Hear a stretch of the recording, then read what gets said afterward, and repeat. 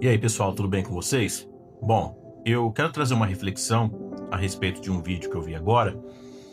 E se você achar interessante, eu quero que você já compartilhe com alguém que precisa também assistir esse vídeo e ter essa reflexão juntamente conosco, tá? O vídeo que eu vi agora há pouco falava sobre adoração. E o interlocutor ali, o pastor que estava dando a entrevista no podcast, ele estava falando que a verdadeira adoração, ela tem a ver com sacrifício, não com louvor, né? E isso me chamou muita atenção porque é algo que em toda a minha vida eu sempre disse isso, né? A verdadeira adoração a Deus, ela tem a ver com sacrifício, não tem a ver com louvores, cantorias e tudo mais, né? E o problema é que, infelizmente, hoje, dentro dos meios religiosos das igrejas, as pessoas meio que deturparam a ideia do que seria o sacrifício, né? Uma das deturpações que existe hoje, por exemplo, é a questão do dinheiro, né? Por quê? Geralmente, é muito ensinado para as pessoas que o dinheiro é a raiz de todo mal, né? O que não deixa de ser totalmente mentira, né? Mas foi implantado na cabeça das pessoas de que o dinheiro ele é ruim, que o dinheiro na vida do ser humano é totalmente mal, né? Que o ser humano, todo ser humano ele ama o dinheiro, e para o ser humano se libertar desse amor pelo dinheiro, ele tem que sacrificar o quê? O dinheiro, né?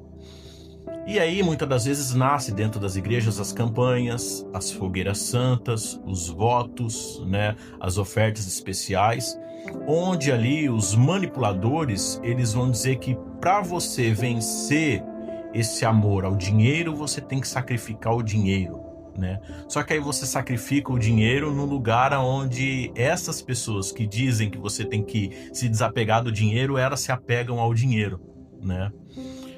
O que isso daí é uma total mentira, porque o problema do ser humano nunca foi o dinheiro, tá? O problema do ser humano é algo interno dentro dele que se chama pecado. Uma prova disso, nós temos dois personagens na Bíblia, por exemplo, de um lado nós temos Jó, né, que era um homem extremamente rico, mas Deus permite com que ele passe por uma prova para provar para Satanás de que ele era realmente fiel a Deus. Deus permite que Satanás tirasse tudo dele, inclusive a sua própria saúde, né? E quando questionado, Jó fala que tudo que ele tinha era de Deus, nada era dele.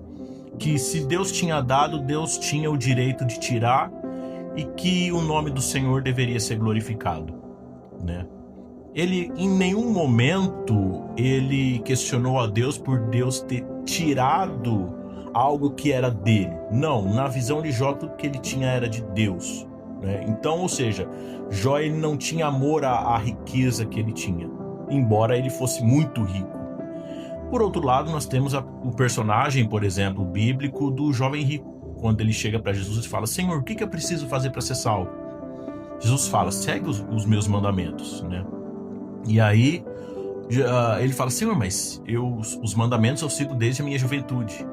E aí Jesus, para provar para ele que era mentira, que ele não seguia os mandamentos, fala para ele então vender todos os bens que ele tinha e repartir com os pobres, então vir seguir a Cristo, que ele teria o galardão no céu.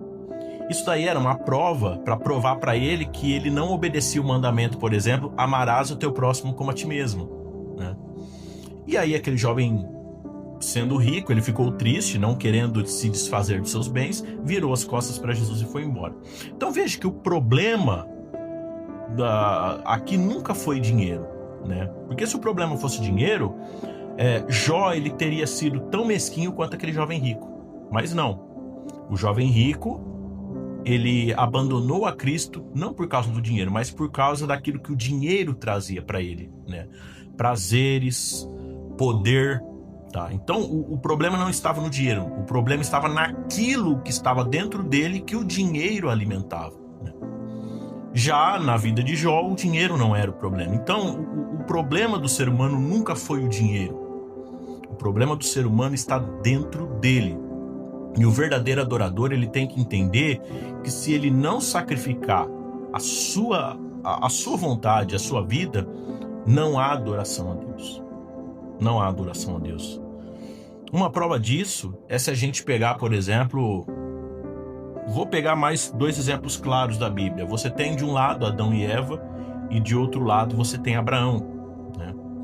De um lado você tem Adão e Eva caindo no pecado, condenando toda a humanidade, porque eles decidiram seguir a sua vontade de querer ter conhecimento e ser igual a Deus e comendo ali do fruto do conhecimento.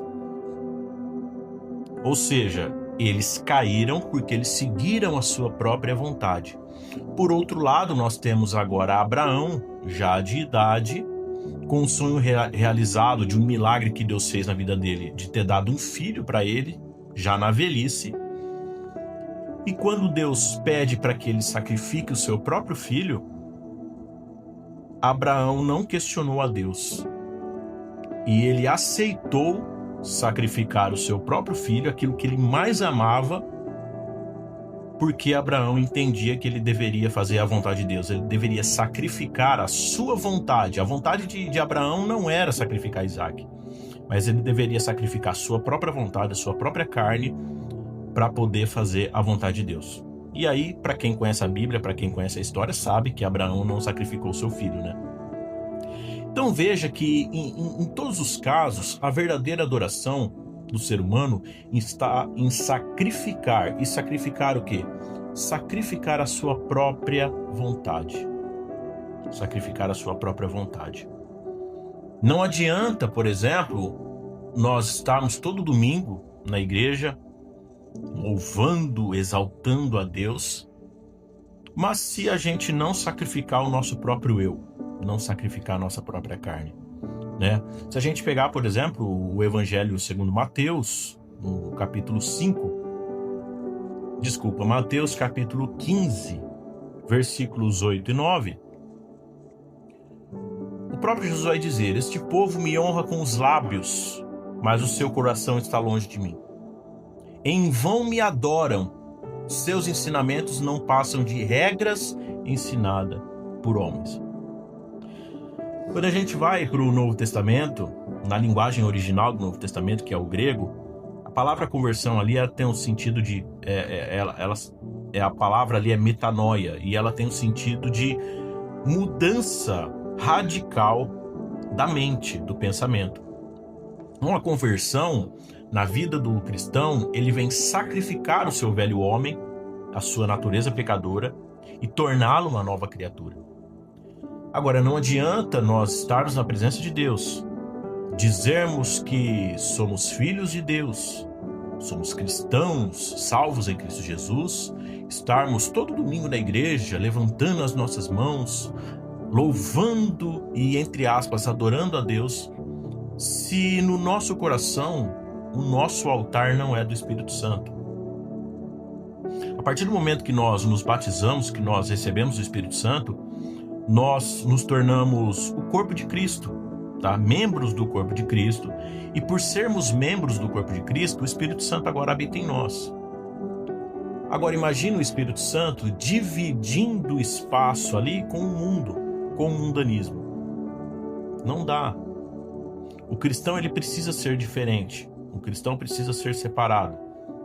Não basta você estar no domingo, postar um stories, um reel no Instagram, com as mãozinhas levantadas, adorando a Deus numa igreja super chique, com luzes coloridas piscando, se na segunda-feira o seu coração estará voltado para o mundanismo, para a vaidade, para a lascívia.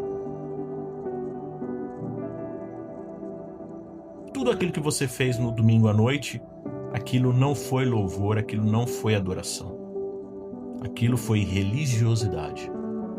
O verdadeiro adorador, ele começa adorando a Deus, sacrificando a sua vontade, sacrificando o seu eu, sacrificando o seu coração. Então, se você é um adorador, eu te aconselho que você esquadrinhe o seu coração, esquadrinhe a sua vida. Se você compartilha da vontade do mundo, se você compartilha da forma como o mundo se molda, se você se molda ao mundo, eu te chamo ao arrependimento e te chamo a viver uma vida modesta qual Cristo ensinou. O apóstolo Paulo nos ensina que nós não devemos nos conformar com este mundo. O termo conformar ali é ter forma. O cristão ele não pode ter a forma do mundo. O cristão não pode ser aquele, quando as pessoas olham para ele, não sabe se ele realmente é um cristão ou se talvez é uma mulher da vida, a forma como se veste, como se comporta na internet, com roupas totalmente seminua, sensualizando na internet com um versículo bíblico. E aí se cumpre a palavra que Jesus fala: esse povo me honra com seus lábios, mas o seu coração está longe de mim.